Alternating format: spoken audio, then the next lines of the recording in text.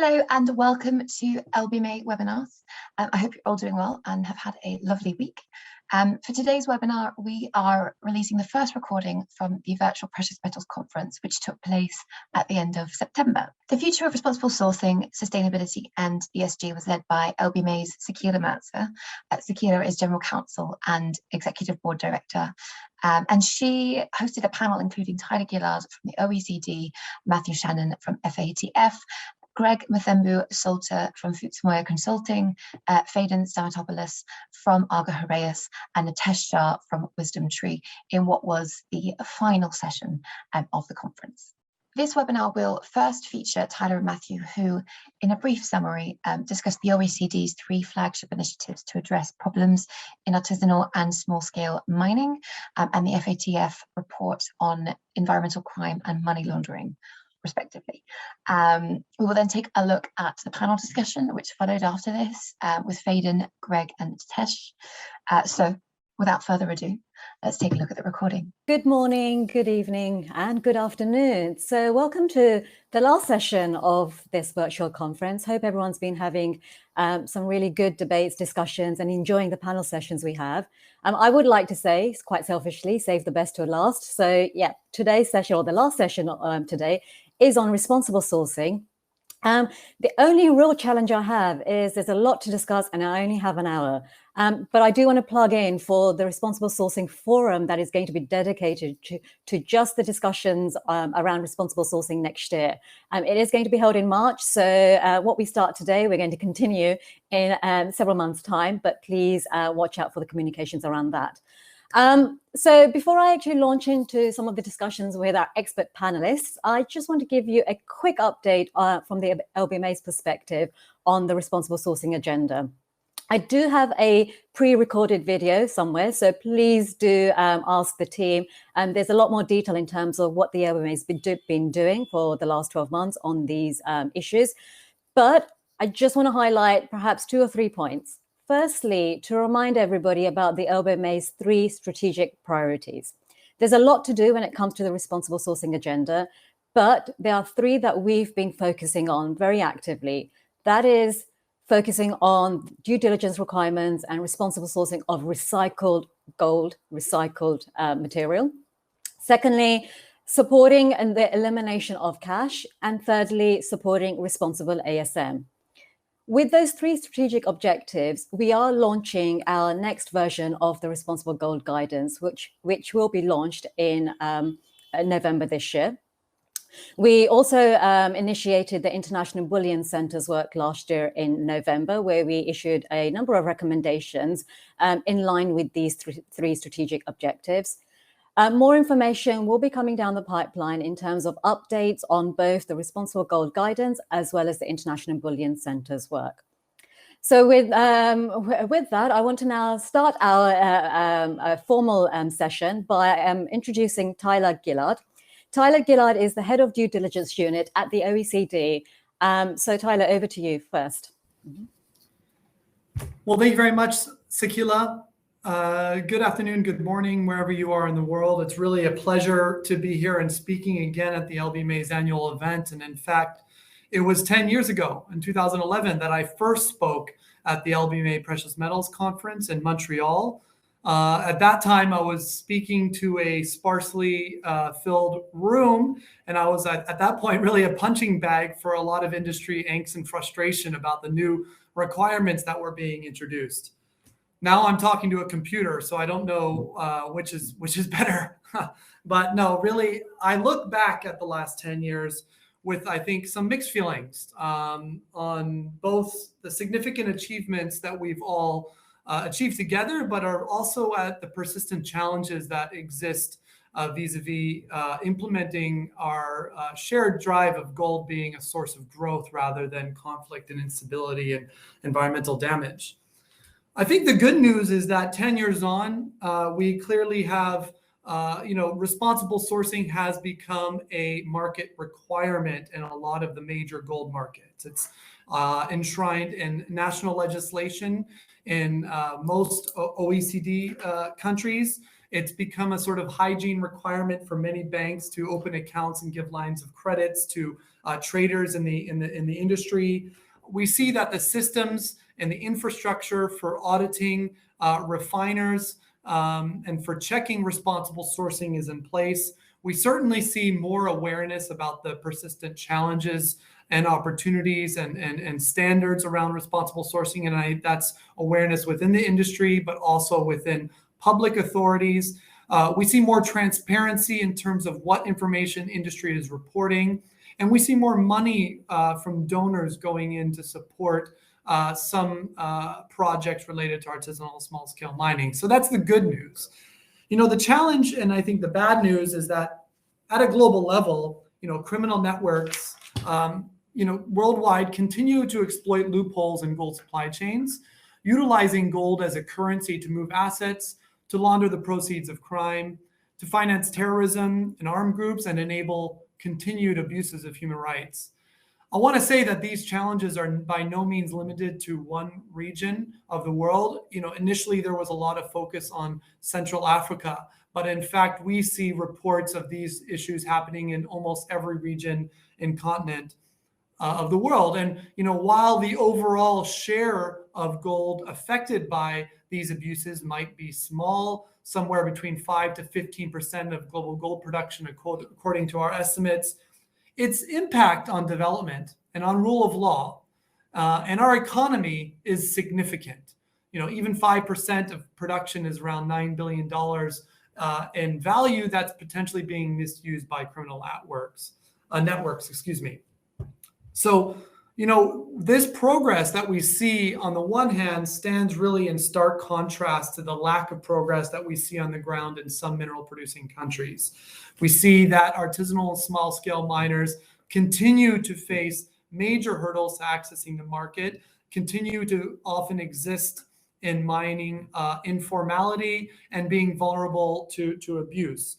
And as I said, criminal actors continue to exploit that worldwide and in moving their assets. Now, to address these problems, the OECD has launched 3 flagship initiatives that I wish to let you know and speak about. First, we have set up an informal network of law enforcement agencies on minerals-related crimes in collaboration with various UN offices with the World Customs Organization.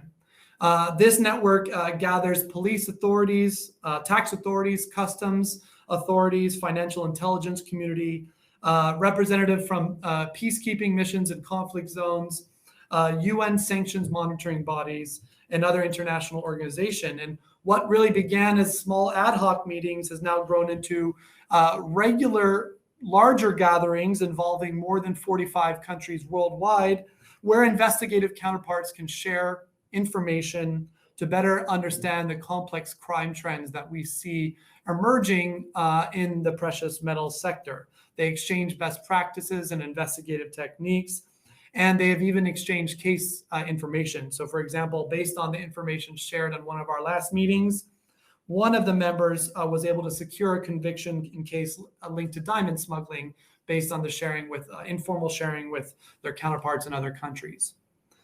The second initiative that I wish to speak to is a new initiative that was launched in May this year, where we have launched a network of international gold trading centers.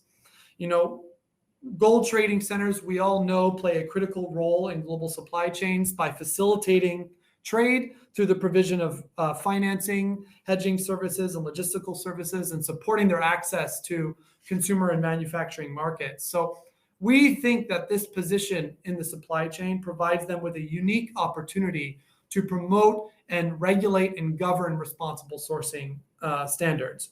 So the network itself, it aims to promote the coherent and effective implementation of OECD and FATF standards within these gold trading standards. This should help to close some of the loopholes that allow illicit activities to persist, where we know many of these gold trading centers are still accepting gold without effective scrutiny. And this relates to a lack of oversight, both at the customs level, but also oversight of refiners based in some of the gold trading centers, which brings a whole range of market and reputational risk. So more specifically, this network will focus on the exchange of information, helping these centers set up regulatory, the regulations for overseeing refiners and trade, and help these centers together obviously implement OECD guidance. Currently, 12 major gold trading centers have been invited to participate. These 12 centers align with the IBC initiative of the LBMA and make up the overwhelming share of global gold trade and mined gold.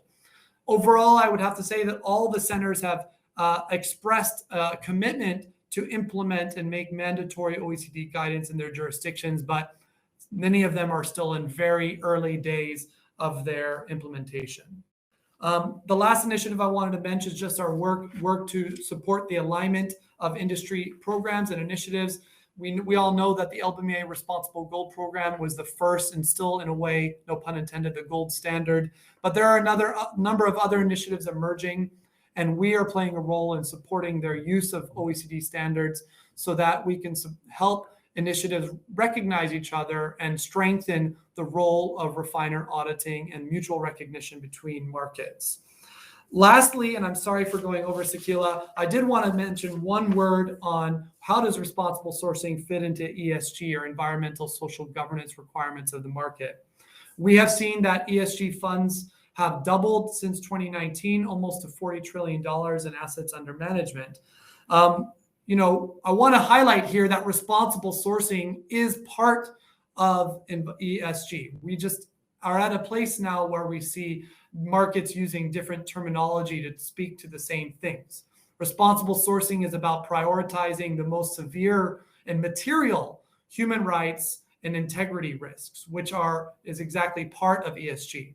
But we do think that there is ways that this market can help and address this language barrier that exists. And I think that there's opportunities for the LBMA to help develop perhaps reporting templates for the market to communicate on broader environmental and social risk within the framework of the responsible sourcing commitments. Happy to speak more to all of this, and I'll turn it back to you, Sakhila. Thank you very much. Great. Thank you so much, Tyler. And I think, there's sort of 2 points in what Tyler said that has really resonated with me, at least, is how responsible sourcing is the responsibility of everybody. It's an ecosystem. We have to come together with governments, obviously the private sector in terms of downstream, upstream, and then other stakeholders, civil society. We have to work together to address the challenges globally. And the second point, ESG, it seems to be the buzzword in every panel session at this virtual conference. It's only growing in importance. And as we heard from the panel session prior, Paul Fisher saying, there is simply too much to talk about when it comes to ESG. So how do you prioritize? And how do you focus on bringing everybody together to help address those priorities? At the LBMA, as I mentioned, we are launching version 9, which goes into a lot of detail on the ESG and in terms of the responsibilities on refiners when it comes to ESG. However, we're also already started talking about version 10, because this is about continuous improvement, as well as making sure that there's a phased-in approach to implementation and addressing a lot of those priorities that we're all trying to work on together. So with that, I'm going to introduce our next expert speaker, so Matthew Shannon. He is representing the Financial Action Task Force, where he co-leads on the environmental crime and money laundering. So thank you, Matt, for joining us from the US, or Canada, sorry. Thank you very much, Sakhila. Good morning, good afternoon, good evening to all of you out there tonight. I just wanted to say on behalf of the other co-leads, the United Nations Organization on Drugs and Crime, as well as the Republic of Ireland and the FATF Secretariat, thank you to the LBMA for this invitation, but also I wanted to thank them for their ongoing support of this paper and providing feedback in its development. That was quite valuable and very much appreciated. For the benefit of the audience, the Financial Action Task Force is very well known for setting anti-money laundering and counter-terrorist financing standards and doing peer reviews of the countries around the world and their application of these standards. But they also try and do ongoing work to assess new risks and trends, to assess whether the standards that are in place are basically up to what would be expected and should evolve to address new and ongoing threats. So what are the FATF standards as they relate to precious metals and stones? The FATF standards are designed to encapsulate a certain group of actors in the financial sector. This includes financial institutions, trust and corporate service companies, but it also is meant to capture dealers in precious metals and stones. And it requires that they, in an ongoing fashion, assess their exposure to money laundering risks, including, where relevant, environmental crimes, and to conduct due diligence on their customers as a way to detect suspicious activity. The FATF standards, they require countries, particularly in the private sector, to collect accurate and up-to-date beneficial ownership information from their clients. And if implemented correctly, they really do they take strong measures to identify criminal actors and how they try and obscure origin of funds. But it is also important to note that the standards focus on addressing and mitigating money laundering risks that are generated between dealers in precious metals and stones and their clients. And the dealers in precious metals and stones that are referred to are the vendors. They're not necessarily the refiners, they're not necessarily the mining companies, but those agents that sell the final product to clients. So why did the FATF start to look at environmental crime? Since 2019, under the presidency led by the Chinese government, there was an examination of international wildlife trafficking, and Dr. Markus Plyer of the German government, who now assumes the FATF presidency, took that mantle and advanced it and decided that it was important to look at environmental crime because there's really a low level of awareness amongst national authorities of the scope of crime in their jurisdiction, but also the impacts it has.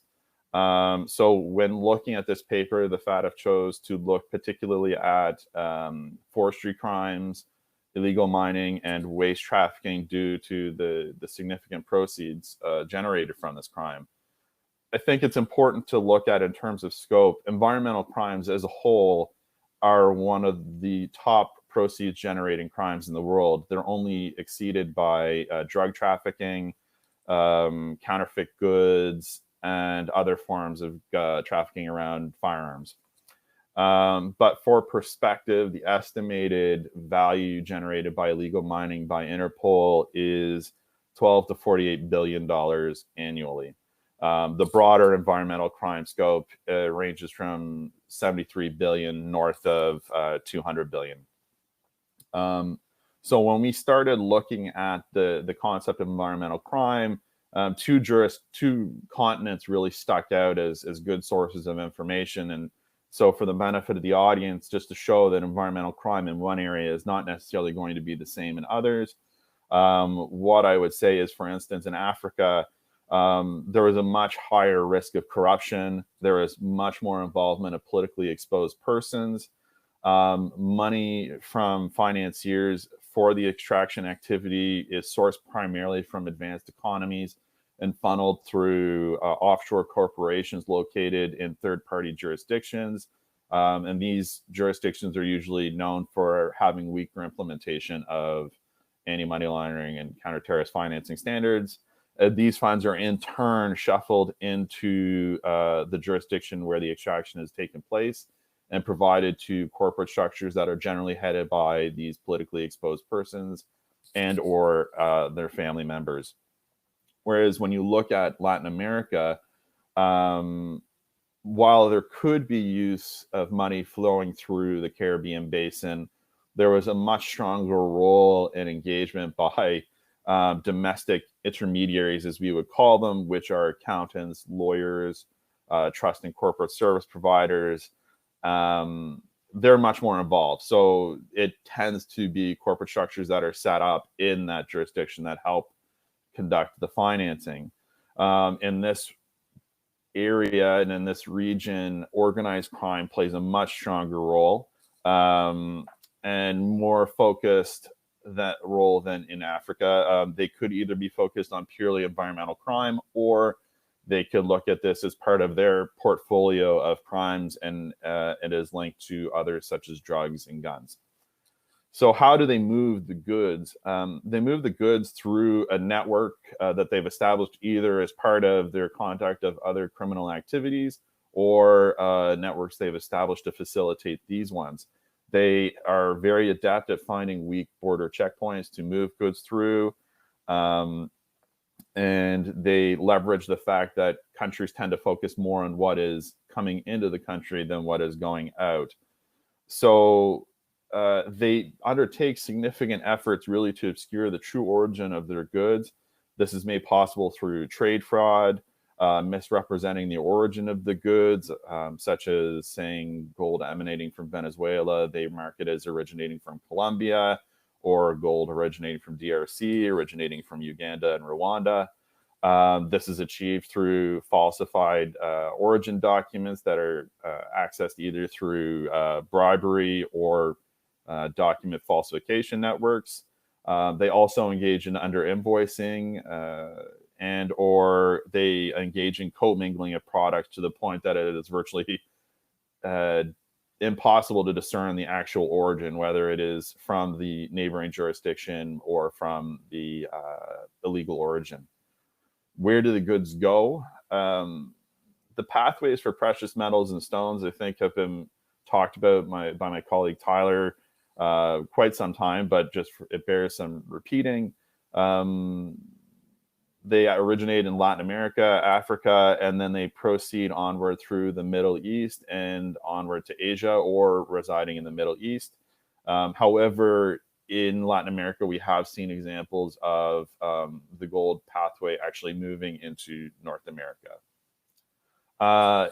In terms of how the FATF standards apply, I discussed earlier around dealers in precious metals and stones. It's important to state that refiners and processors fall outside the scope of the standards set forth by the FATF, but they can take the tools developed by the OECD for responsible sourcing to look and assess where the product came from. And this is about developing that relationship with the originator to both determine a pattern of what we would call a pattern of life, but also to conduct a certain degree of due diligence on their capacity to prevent illegal products from entering their product chain. It also is important to scrutinize the licensing and sourcing documents, as well as develop relationships with the underlying clients. How do the financial flows move in terms of what money laundering trends are there? Gold trading centers play a critical role in ensuring the financial integrity of supply chains. Money laundering techniques for environment too dissimilar from other crime areas, which is why you see illegal mining or environmental crimes writ large tied to drug trafficking, terrorism, human trafficking, human smuggling. And so there's a heavy reliance on the establishment of front companies and using the formal banking sector to move these criminal proceeds. Last year, the Financial Action Task Force published a report on trade-based money laundering, which was found that criminals continue to rely on gold, particularly as a means to move value through the system outside of the formal financial sector. Diamonds was also included as a means of value. The reason being that there is a huge anonymity and exchangeability angle associated with these precious metals and stones that allow you to move products that are harder to trace, unlike the use of cash or obscure through formal banking channels. In terms of environmental crime and how it's conducted, the FATF didn't identify any new technologies that were common elements in the conduct and movement of proceeds of crime generated by this crime type. Africa was a unique component in that mobile payments did tend to play a bit more of a role than in other areas, but whether you want to count that as a new technology or not, I'll leave that to you. So what did we learn? Overall, authorities need to really understand the risk of the jurisdictions that they operate in, and that's important for them to inform refiners and processors so that they know what to look for. But also it's important insofar as it allows a jurisdiction to understand what role they play in the crime type as either a source, a transit, or destination for these goods. Financial institutions and dealers in precious metals and stones need to understand their exposure to illegally sourced goods and criminal proceeds that could be attempting to enter the supply chain. The non-financial sectors, particularly accountants, lawyers, and trust companies that are all play a role in corporate formation, need to strengthen their internal controls to prevent them from being misused for illegal corporate formation. But it is worth noting that actually FATF has found to date that these trust and corporate service providers actually have the weakest implementation of AML CFT standards, exceeded only by the dealers in precious metals and stones. There was a real drive actually to try and push for stronger collaboration amongst national authorities, particularly not just within law enforcement, but also customs, environmental enforcement agencies, and anybody or unique authorities related to corruption. There is also a push for greater public-private partnerships, and these kinds of partnerships don't have to be purely bank to FIU or financial intelligence unit. They can be bank to government or refiner to government, miner to government. Any of these angles play a role. But what we wanted to emphasize to push to avoid is that, like any money laundering crime, the push is not to eliminate the risk, but it is to manage the risk. And so, for example, artisanal scale miners may or may not present a risk relative to your own supply chain, but it should not be a push to say, I will not allow an artisanal miner into my supply chain, because what ends up happening is, for those that are engaged in subsistence mining, they will find other informal channels to move their money, which actually increases the money laundering and terrorist financing risk. Source jurisdictions for environmental crime can be underdeveloped, and financial flows have been observed to flow from urban centers to rural centers, which is a bit of an anomaly. Usually the money flows otherwise. But the overall hope is to avoid exacerbating access to banking for these regions. And with that, I will end and thank everyone for their attention. Thank you so much, Matt. So much information there. I mean, I would encourage everybody to, the report is on your website, right, in terms of the Financial Action Task Force. Would strongly encourage it. I have read it. I mean, the LBMA did we were part of the consultation as well. So thank you for the opportunity there. I think Sakhila sums it up nicely when she says that responsible sourcing is the responsibility of everyone. So let's take a look at the panel discussion, where ultimately the general consensus across all the speakers is that collaboration and communication is key across all players throughout the supply chain, which is particularly essential when, to refer back to what Tyler was saying, there are so many initiatives all working towards the same goal. So let's take a look. Greg is a director of a consultancy called Phuzumoya Consultancy, done a lot of research, a lot of on-the-ground information as well, and a lot of expertise in this area. So Greg, over to you. Thank you, and thanks for having me on this panel. It was interesting to hear Tyler reminiscing.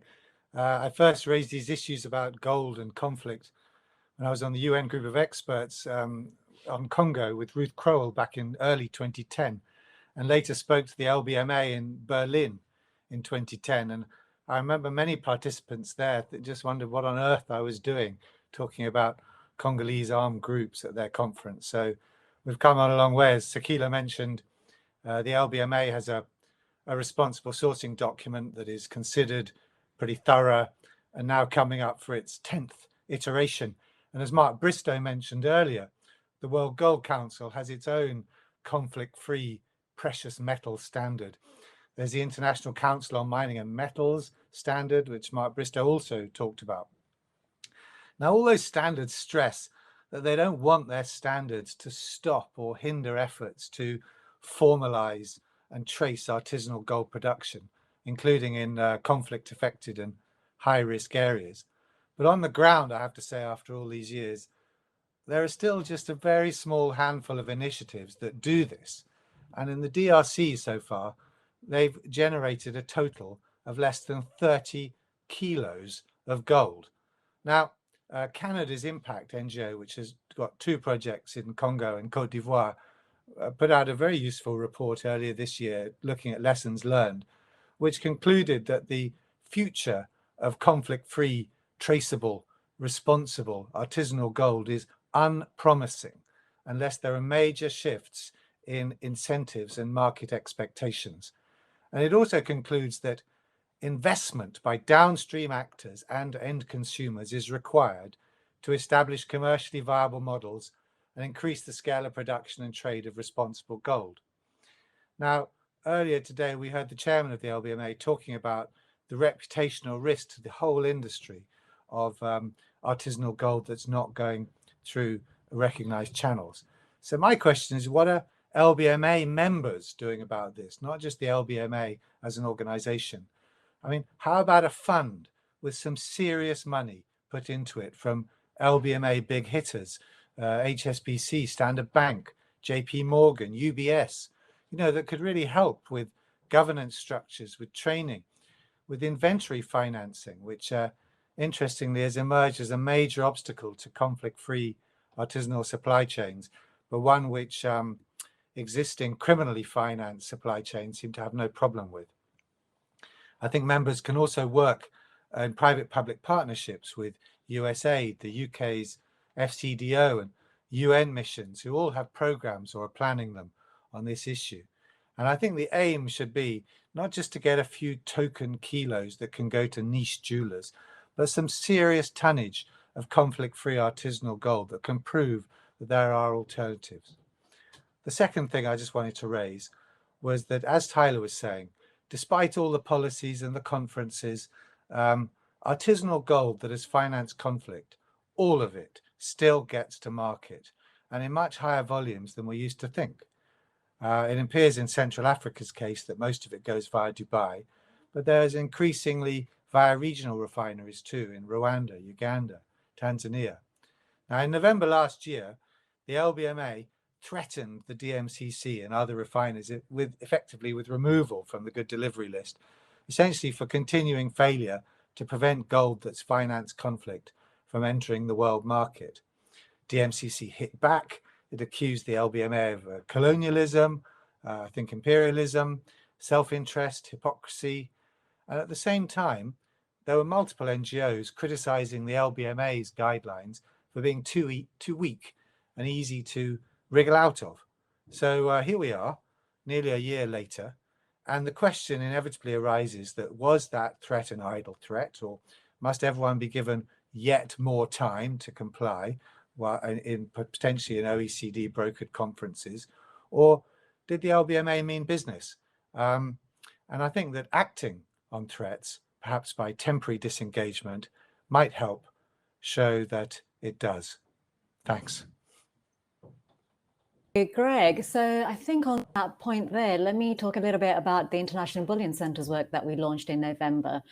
So there's been a lot of engagement with the centres. We've had a lot of spent a lot of time in understanding where the centres are when it comes to the recommendations, but also just their own programs and understanding how they're addressing the issues, the risks, and the challenges that arise. What the LBMA is now doing is looking at determining all the developments that have taken place over the last year since the launch of those recommendations, and where are there gaps, engaging with the centres again and working together to address those gaps. We do believe isolating any particular centre doesn't actually address the issue. Cooperation between all centres absolutely helps and only strengthens how you actually address with these risks.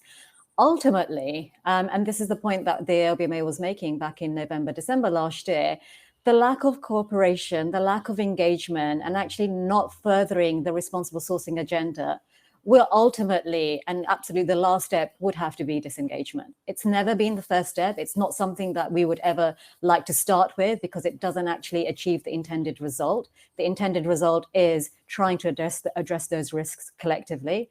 But if that engagement isn't there, the cooperation isn't there, and steps are not being taken by anybody, I mean, even within the sort of the LBMA's sort of members in terms of refiners as well, then you do have that ultimate final step, which, like I said, is not the first step. We've heard from the OECD, their sort of work with the governments as well. We've heard from FATF in terms of their recommendations, their country assessments, their environmental crime report.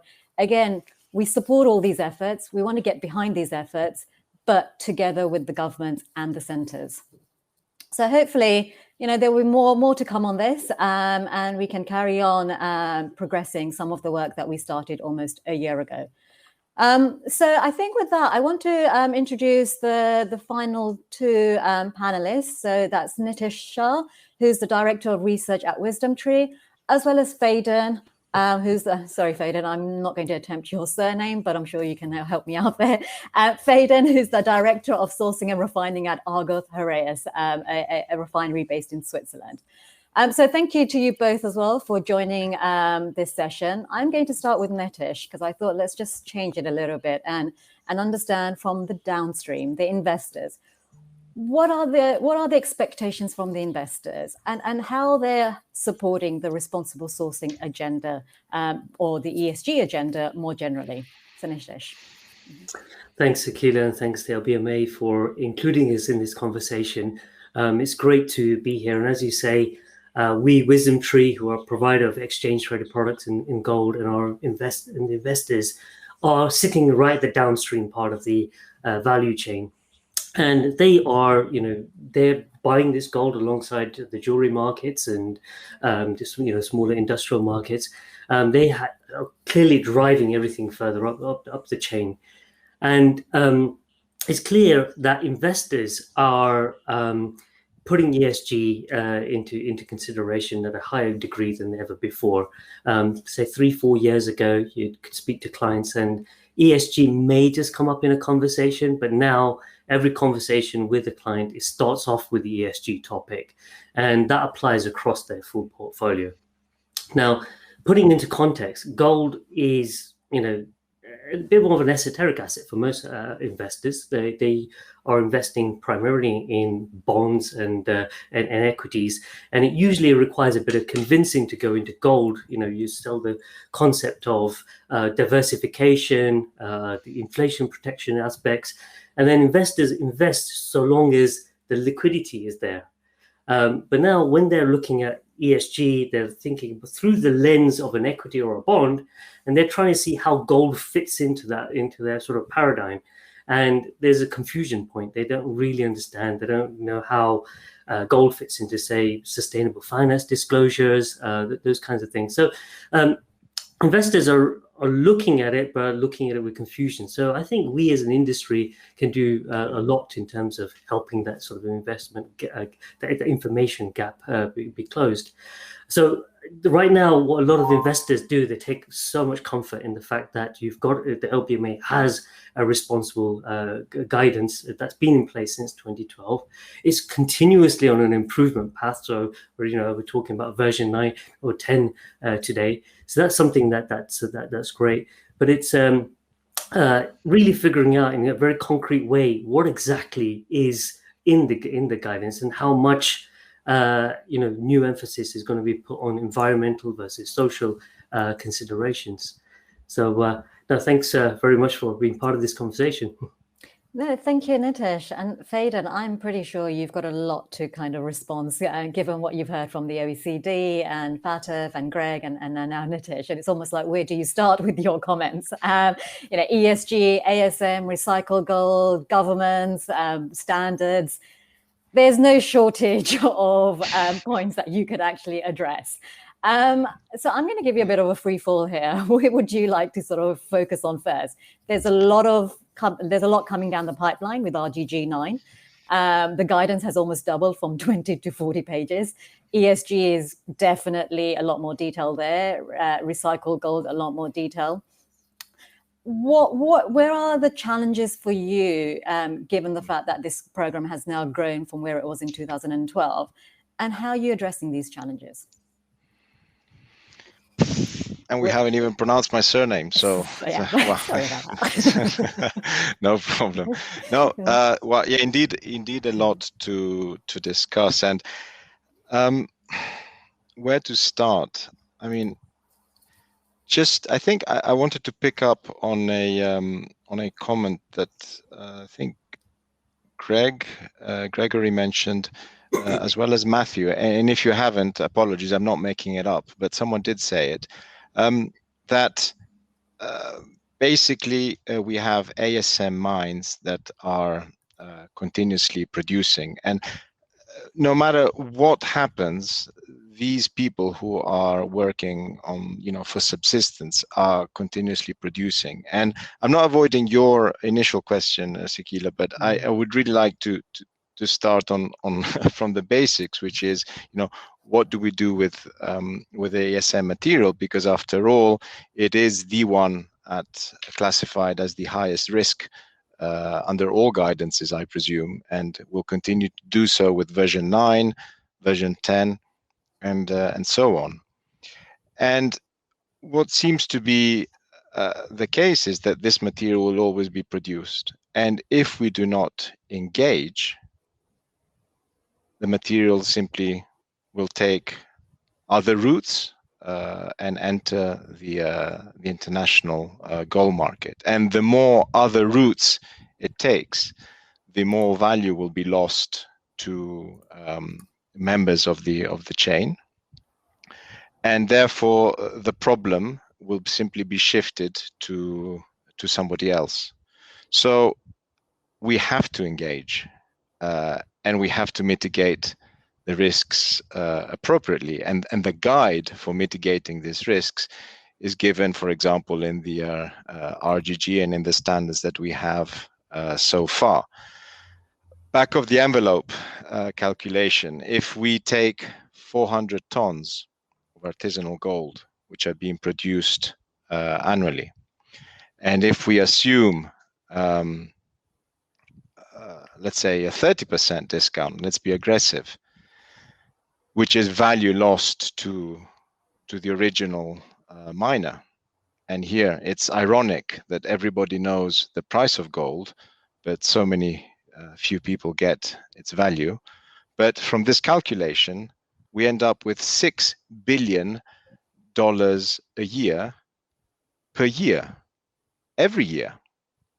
So that's a lot of money, and that's a lot of money that can do a lot of good, or a lot of money that can create a lot of problems. So if it is dissipated along the chain. So we have a situation in which we have guidelines, we have the regulatory framework, we have the RGG version 9, which, yes, will make things harder, but also clearer, presumably. And it will also give us a chance to concretely mitigate the risks. We have downstream demand, so we have to engage. Are we being facilitated to engage? I think that's a question to ask. It's not easier to engage, to commence this process, that's for sure. Is downstream demand stable and predictable? Well, here, Nitesh, maybe a little dig from my side. With regards to investors, perhaps no. As you said, it can go up and down. But the jewelry industry, on the other hand, has been more stable and in demand, and therefore commitments are easier, especially to plan when campaigns are being planned for products and so on that use artisanal gold. Mm-hmm. So these are my initial thoughts as to where we are today, and I'm deliberately focusing on artisanal gold because it best represents, in my opinion, the difficulty with dealing with increased regulation and the fact that we have to engage, because we really are simply shifting the problem elsewhere by not doing so. Thank you. Great, Sakhila, thank you. Yeah. Can I jump in? Of course. Phaedon, you're right. It was me that made the kind of comment. But what I would say is maybe if you take the financial sector as a bit of an example in this instance, mm-hmm. which is to say that if we deal purely in the world of finance, what we've learned is that financial institutions are inclined to try and eliminate their risk as much as possible, which has led mm-hmm. to financial exclusion issues in a lot of the developing world. And if anything, has actually exacerbated the money laundering and terrorist financing risks that we see in the financial sector. So if maybe there's a lesson learned or something to be said. It definitely, if the global gold market can find a way to engage, to mitigate it early and differently, it'll definitely help shore up the integrity of the sector, which I think is what your overall objective is. I think it's translating it in that way will probably generate better results. But one thing I would also add as well is artisanal miners are highlighted, at least by the LBMA, as being the greatest source of risk. But one thing we found is, I think it depends on what risk you're talking about. Mm-hmm. And not to say you're wrong. It's just more the risk and in the context are different, because for instance, say Colombia, your greatest source of risk might actually be large scale illegal mining that is generated and run by drug cartels. And that is a much more large scale operation than the artisanal one. And which one is worse? It's hard to say, but it's definitely a consideration. But I think it's a very valid point, but maybe a lesson that can be drawn from the financial sector for sure. Tyler? Yeah, thank you. There's a few points here, and I love the conversation. First, I just want to emphasize the last point, and from our perspective, what Matthew said. Industrial mining carries a lot of very significant risks, and particularly if you're looking at grand corruption risks, sanctions busting, environmental damage, and human rights of local communities, lots of very serious issues. Unfortunately, they're not really facing the same stigma that artisanal mining is. So I think we have to be a little bit cautious in just saying all ASM is higher risk and industrial mining is lower risk, just as a starting point, because I think it's that type of framing that I think that continues to drive some of the stigmatization, the challenges with our ASM to access markets. Now we know there's uneven global implementation of standards and centers. We know there's a lack of capacity from law enforcement right now to deal with these types of crimes. We know there's slow public and private investment in ASM. This is all driving these challenges that we see. There's also an imbalance. There's just an incentive problem where, large investors and actors, it's very challenging for them to get engaged in something because of the economies of scale and because of the reputational risk. What do you invest a lot of money for, 1 kilo of gold a month, and when you're taking on a lot of risk? So we have to address that. And I think there's a role for both the OECD and the LBMA to help be sort of matchmakers here, to help provide some assurance to those that want to invest in artisanal mining communities that they're doing so in line with global standards, to provide some of that. But I also think the investment community, and it's not just to put it on you, Nitesh, you're a representative, needs to think innovatively here. Why isn't there a social ASM bond, for example, that allows to flip the script? Instead of it being about risk, about impact investing. By investing in this ASM social impact bond, I am driving improvement for the world's poorest miners. That will help with sustainable development goals, and that will help actually enhance the reputational benefit instead of being a reputational drawback. So I think we need matchmaking help from the OECD and the LBMA, but we also need innovative services and products to inject liquidity, as Greg said, into the ASM market. Thanks. So, thanks, Tyler. And Nitesh, I think somebody might be able to help you out there, because we've just had a question through from somebody who does work in the financial sector. I'm just going to read the question out, because some really good points being made. So within the institutions providing financing to the mining industry, there is great readiness to engage with the good actors within the artisanal mining sector. The societal and economic benefits of driving health, safety, and environmental standards upwards and supporting the development of local communities are well understood and recognized. So I think, we're all agreeing there. However, but the reputational risks are skewed so heavily against financiers that most of these good intentions do not lead to meaningful actions. It is very easy for privately funded, unregulated, opaquely governed NGOs with no shareholders to answer to and no consequences to their public utterances to throw stones from the sidelines.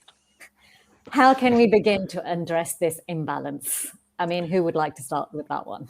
Well, I could offer in that, yes, that's true, but it's arguable, but USAID is engaged in this. The UK's FCDO is engaged in this.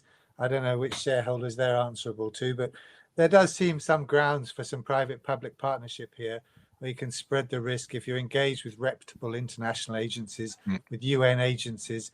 I think those risks can be managed. It sounds a little excessively cautious to me, particularly when we consider that the consequence of not doing it are so much worse, as Matthew's been pointing out. So I think, come on, everyone, this sector's famed for its risk appetite, isn't it?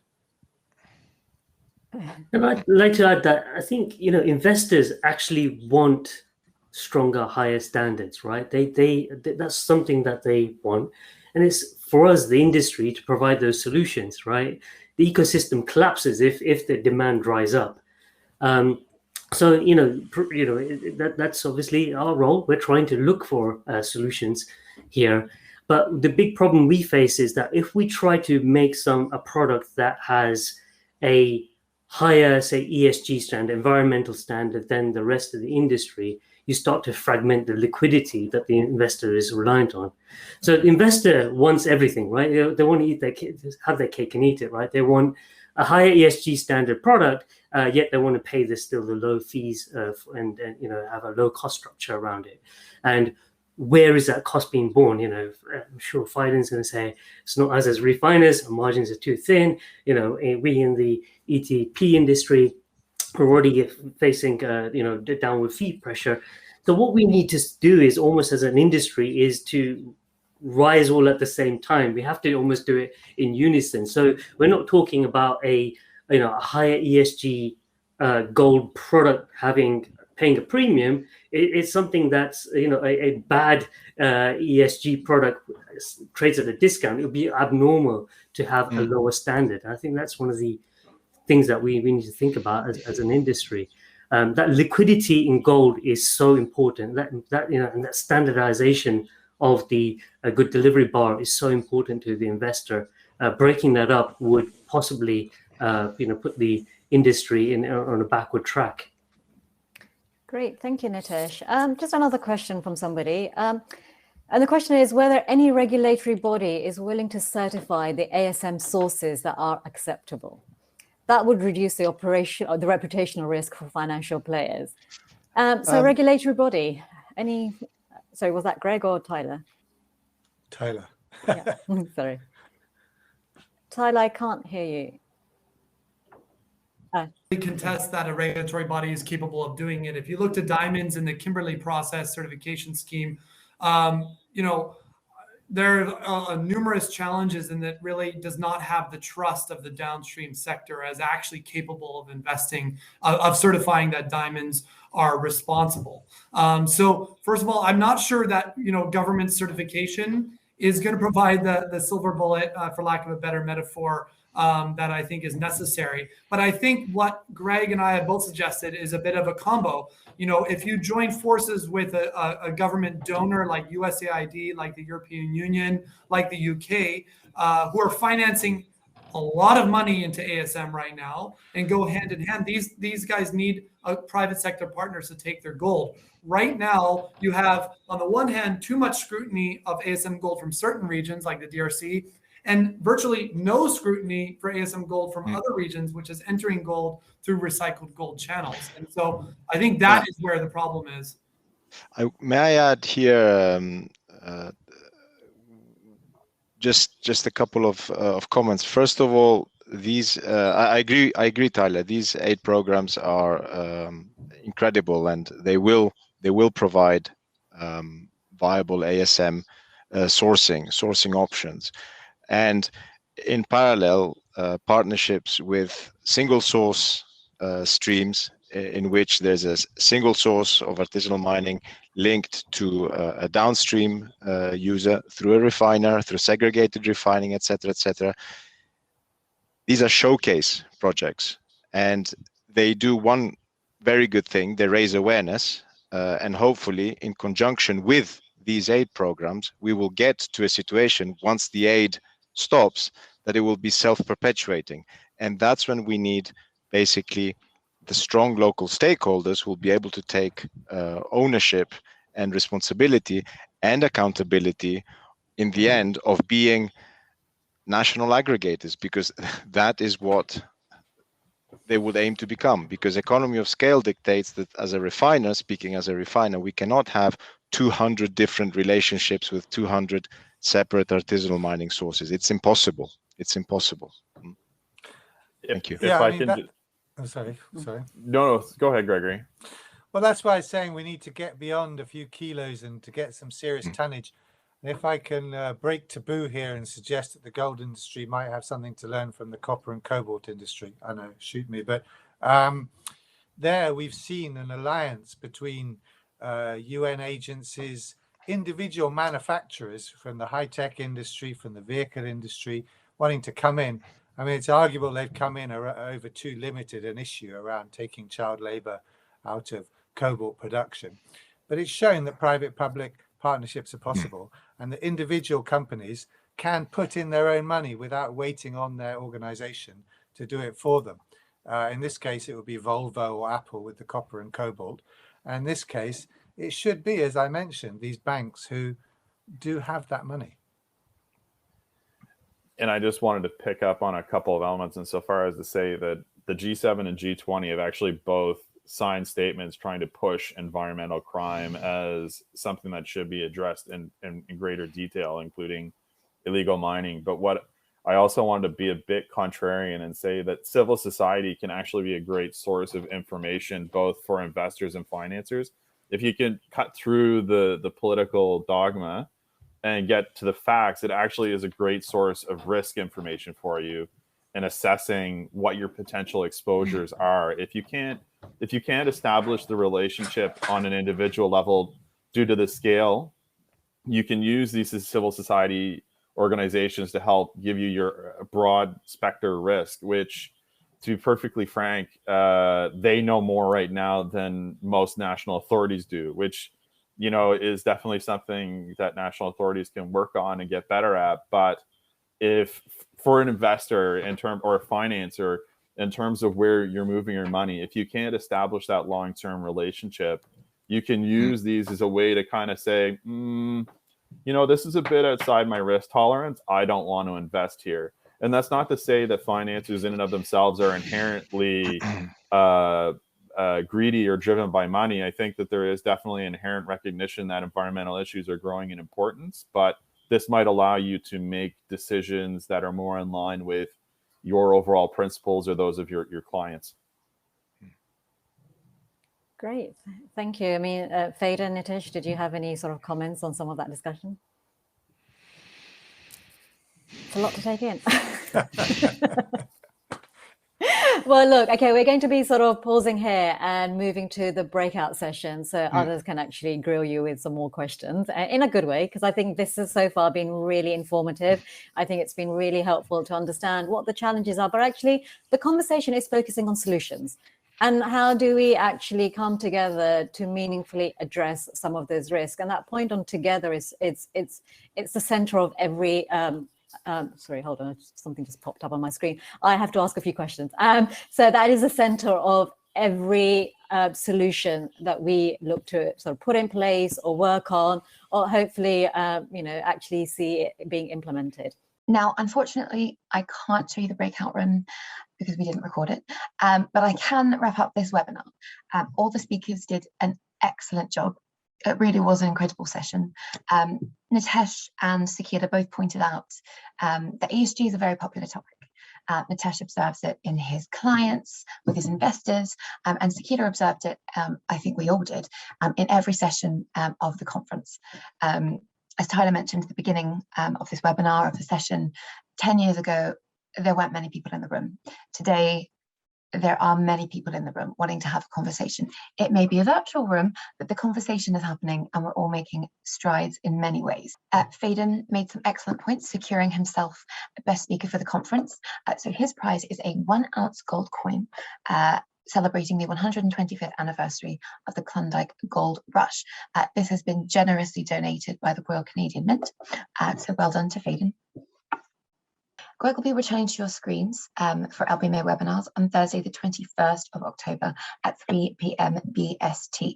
He's joined by host Alan Martin, LBMA's Head of Responsible Sourcing, and they're going to talk more about what Greg was talking about today. So that's private-public partnerships, ASM, etc.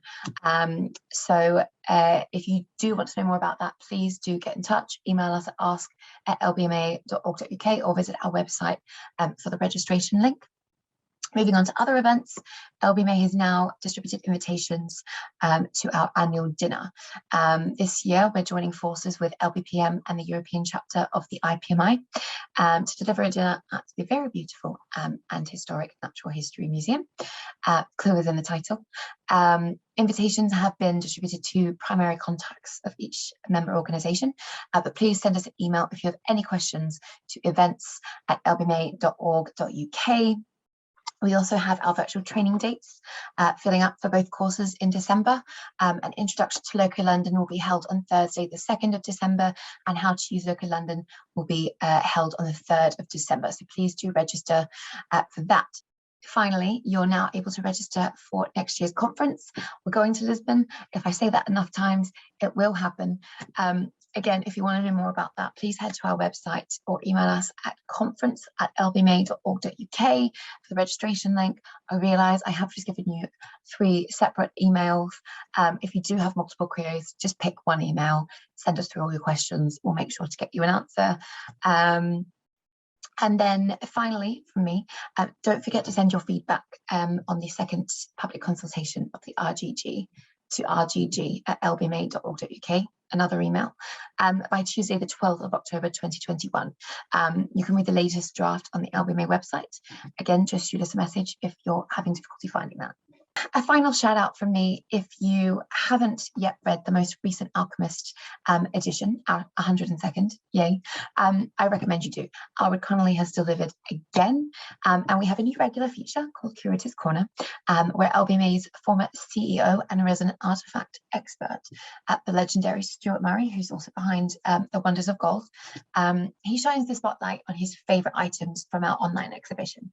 The series begins by turning back the clock to March 1968 and the closure of the London gold market.